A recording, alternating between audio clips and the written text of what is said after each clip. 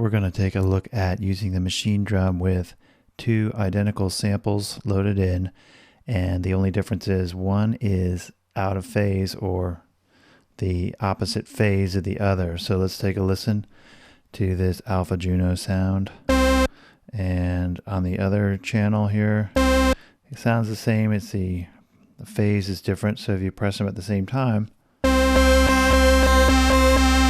they are out of phase, already getting some kind of interesting effects. But if we play them both at exactly the same time and put a little drum beat in, it's actually quiet because they're canceling each other out. So let's see what we can do with that. Let's try to change the start time of one of these samples.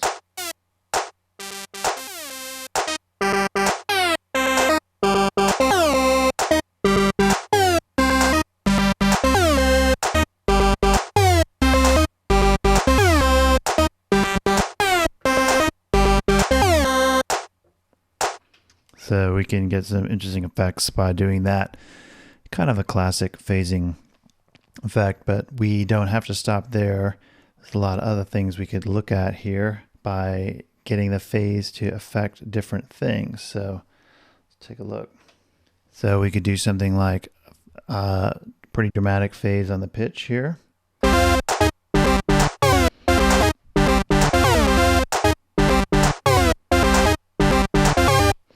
So what we've got going on there is some LFO action. The LFO jumping the pitch by a certain amount, and it just jumps in and out in a way that's supposed to be kind of an interval of the bass note or the original tone. Okay, what we can do is put the start time on a LFO where there's a random, it randomly jitters the start time to get every time it plays a note, it's going to sound a little bit different, so it's going to make the sound move a lot more. So let's take a look at the LFO real quick. So it's going to have a random jitter on the start time, and every time it does it, it's going to do that. So we can change that, all those kind of parameters, but just let's take a look.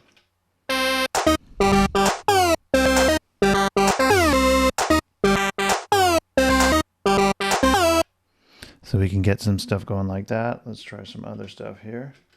We can, this is not something you can do on a regular phaser, but what we can do is actually put the out of phase thing through the distortion. So this has some pretty interesting sounds here. Let's check it out. So what I'm going to do is crank up the distortion here. So now it's quiet.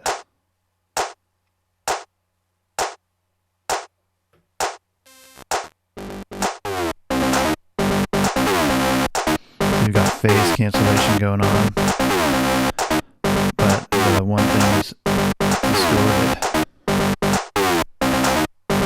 Once you get that idea going, you can pretty much do all kinds of weird things in here. So let's try that with the sample rate reductions.